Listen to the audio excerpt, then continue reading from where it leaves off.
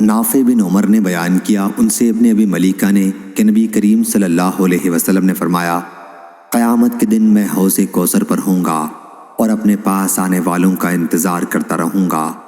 پھر حوض کوثر پر کچھ لوگوں کو مجھ تک پہنچنے سے پہلے ہی گرفتار کر لیا جائے گا، تو میں کہوں گا کہ یہ تو میری امت کے لوگ ہیں۔ جواب ملے گا، کیا آپ کو معلوم نہیں یہ لوگ الٹے پاؤں پھر گئے تھے؟ ابن ابی ملیکہ اس حدیث کو روایت کرتے وقت دعا کرتے، اے اللہ، ہم تیری پناہ مانگتے ہیں کہ ہم الٹے پاؤں پھر جائیں یا فتنے میں پڑ جائیں۔ صحیح بخاری حدیث نمبر 7048۔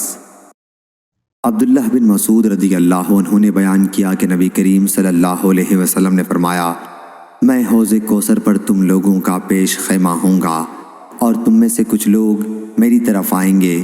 جب میں انہیں حوض کا پانی دینے کے لیے جھکوں گا تو انہیں میرے سامنے سے کھینچ لیا جائے گا۔ میں کہوں گا، اے میرے رب، یہ تو میری امت کے لوگ ہیں۔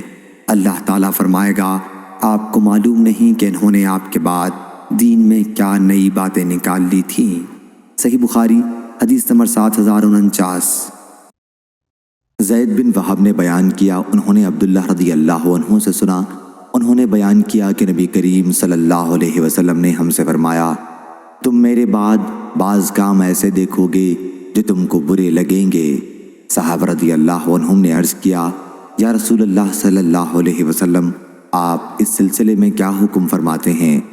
حضرت صلی اللہ علیہ وسلم نے فرمایا، انہیں ان کا حق ادا کرو اور اپنا حق اللہ سے مانگو۔ صحیح بخاری حدیث نمبر 7052۔